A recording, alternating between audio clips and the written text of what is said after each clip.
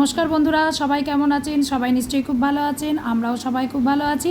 তো অনেক দিন পর আবার একটা ভিডিও নিয়ে এসেছি, খাবার ভিডিও, পনির আর চিকেন তন্দুরির ভিডিও।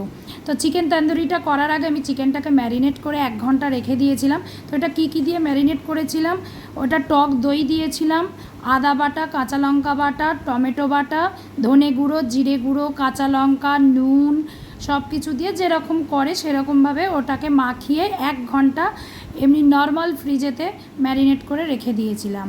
তারপরে চলে এসেছি পনিরটা করতে। তো পনিরটাকে আমি একটু বড় বড় করে কিউব করে কেটে নিয়েছিলাম। কিউব করে কেটে নেওয়ার পরে আমি ওটাকে পনিরটাকেও ম্যারিনেট করে রেখেছিলাম।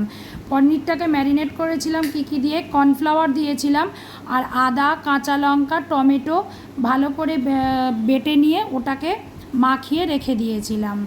তো মাখিয়ে কিছুক্ষণ রাখার পরে তারপরে আমি সাদা তেলেতে হালকা করে ভেজে নিয়ে আমি তুলে নিচ্ছি নুন জল করে, নুন জলের মধ্যে একটু ডুবিয়ে রেখে দিলাম।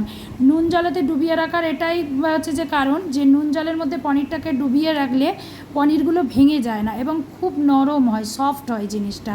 তো সেই কারণে আমি গরম জলের মধ্যে পনিরটাকে ডুবিয়ে রেখে দিই, নুন জলের মধ্যে। তো তারপরে আমি এখানে পনিরটা করার জন্য একটা পেস্ট বানিয়ে নিয়েছি। কাজু, কিশমিশ, টমেটো, আদা, টক দই সব কিছুকে ভালো করে আমি এতে একটু রসুনও দিতে হয়, পেঁয়াজ রসুনও দিয়েছি, দিয়ে পেঁয়াজ রসুন কাজু বাদাম সবগুলোকে ভালো করে, আদা সবগুলোকে ভালো করে তেলেতে ভেজে নিয়েছি। ভেজে ওই পেস্টটাকে আগে বেটে নিয়েছিলাম, বা ওই পেস্টটা বেটে নেওয়ার পরে আমি টক দইটা ওর মধ্যে দিয়ে একটুখানি ব্লেন্ড করে নিয়েছি, দিয়ে আমি পেস্টটা রেডি করে রেখে দিয়েছি। দিয়ে আগে পনিরগুলো সব আমি ভালো করে ভেজে নিচ্ছি, খুব ভালো করে ভাজছি না, হালকা করে ভাজছি, শুধু এপিট ওপিট করে নিচ্ছি, একটু করে নিচ্ছি, কারণ একদম এপিট এপিট ওই সাদা সাদা থাকলে না আবার আমাদের কেউ খেতে চায় না, যে ওই কাঁচা কাঁচা লাগে, ওদের ভালো লাগে না, ওই জন্য একটু লাল করে মোটামুটি ভেজে নিই। তো ভেজে নিয়ে তারপরে ওই মশলাটাকে তেলটাকে গরম করে নিলাম।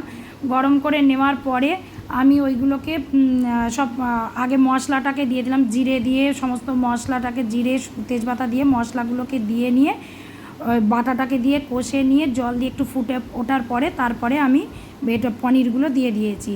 তারপরে এই দিকে দেখতে পেলেন যে তন্দুরিটাও আমার রেডি প্রায় হয়ে এসছে। তো এখানে আমি আজকে ভিডিওটা শেষ করছি বন্ধুরা। আপনাদের যদি ভালো লেগে থাকে তাহলে কিন্তু অবশ্যই কমেন্ট করে জানাবেন, আর যারা যারা সাবস্ক্রাইব করেননি তারা অবশ্যই সাবস্ক্রাইব করে দেবেন, তাহলে পরের ভিডিওটা আপনারা নোটিফিকেশান পেয়ে যাবেন।